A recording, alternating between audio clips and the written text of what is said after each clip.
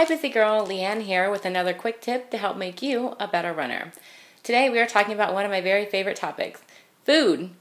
And since there's a lot of different things you can discuss with nutrition and running, I like to keep it simple, so we're going to focus just on two main areas, before a race and during a race.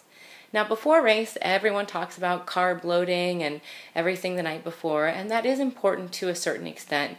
But really, it's more important to take a look at the bigger picture of what you're eating a few days before the race. In the 48 hours before a race, don't eat anything new or exotic. And unless you know your system can handle it, cut way back on the spicy food. Keep your meals simple.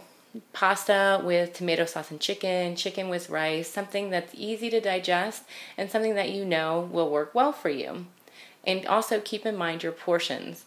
I learned this lesson the hard way a year or so ago. Before a half marathon.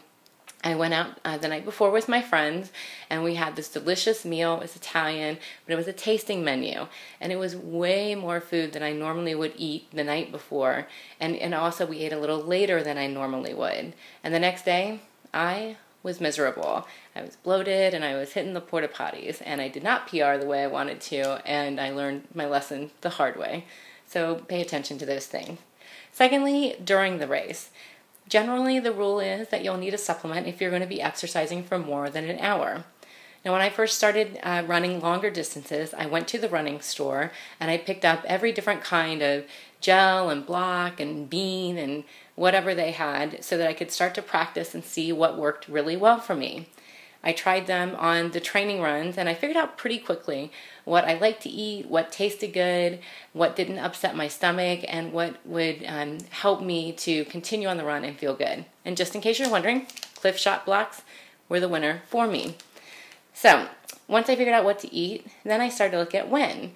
Personally, I like to take things in about every half an hour. Usually I can time this pretty well with the water stations on a race, and this interval seems to give me enough food and enough vitamins and resources along the way without overloading my system, but also allowing me to utilize it and so I can feel good throughout the race. Again, training runs are the best way to figure this out so that on race day you have no surprises.